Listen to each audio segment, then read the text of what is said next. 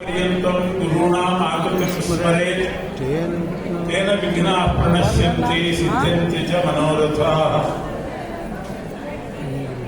ಶ್ರೀ ಹರಿವಾಯು ಗುರುಗಳ ಚರಣಾರವಿಂದಗಳಿಗೆ ಸಮಸ್ತ ದಾಸವರೇಣ್ಯರ ಚರಣಾರವಿಂದಗಳಿಗೆ ವಂದಿಸಿ ವಿಶೇಷವಾಗಿ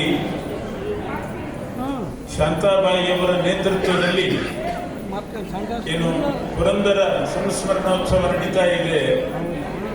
ಇದರಲ್ಲಿ ಭಾಗಿಗಳಾದ ಎಲ್ಲರಿಗೂ ಕೂಡ ಭಗವಂತನ ಕೃಪೆ ಇರಲಿ, ಭಗವಂತನ ಆಶೀರ್ವಾದ ಕೃಪಾ ಕಟಾಕ್ಷ ಇರಲಿ ಅಂತ ದೇವರಲ್ಲಿ ಪ್ರಾರ್ಥನೆ ಮಾಡಿ,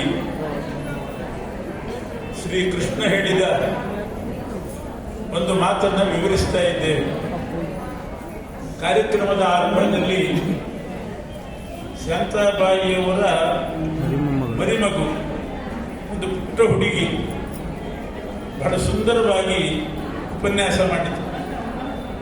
ಹೆಣ್ಣು ಮಕ್ಕಳು ಏನ್ ಬೇಕಾದ್ರೂ ಸಾಧನೆ ಮಾಡ್ತಾರೆ ಅಂತ ಅನ್ನೋದಕ್ಕೆ ಆ ಹುಡುಗಿಯೇ ಸಾಕ್ಷಿ. ಬಹಳ ಒಳ್ಳೆ ಭವಿಷ್ಯ ಇದೆ. ಈಗ ಮಾಡಿದ ಉಪನ್ಯಾಸ ನೋಡಿದ್ರೆ ಮುಂದೆ ಶಾಂತಾಬಾಯಿಯವರನ್ನು ಮೀರಿಸಿ ದೊಡ್ಡ ಕ್ರಾಂತಿ ಮಾಡಿ, ಕ್ರೀಡಾ ಕ್ರಾಂತಿ ಮಾಡಿ,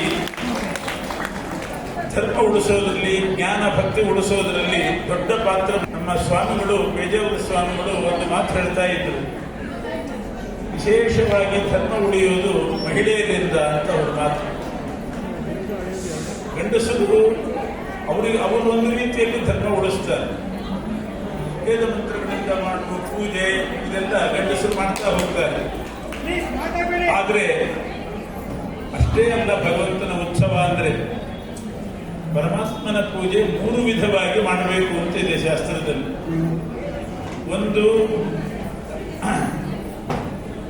ಅಂಗಪೂಜೆ, ಇನ್ನೊಂದು ರಂಗಪೂಜೆ, ಮತ್ತೊಂದು ವೈಭವ ಪೂಜಾ ಅಂತ 3 ವಿಧವಾದ ಪೂಜೆ ಇದೆ.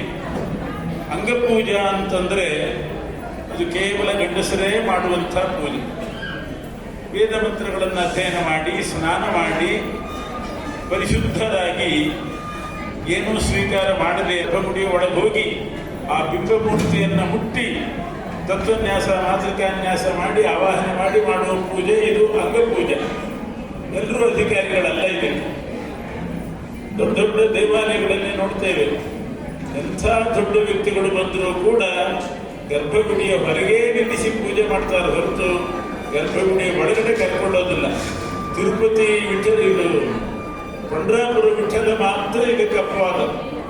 ಪಂಡ್ರಾಪುರಕ್ಕೆ ಹೋದರೆ ಆ ವಿಠಲನನ್ನ ಎಲ್ಲರೂ ಮುಟ್ಟಿ ಪೂಜೆ ಮಾಡಬಹುದು.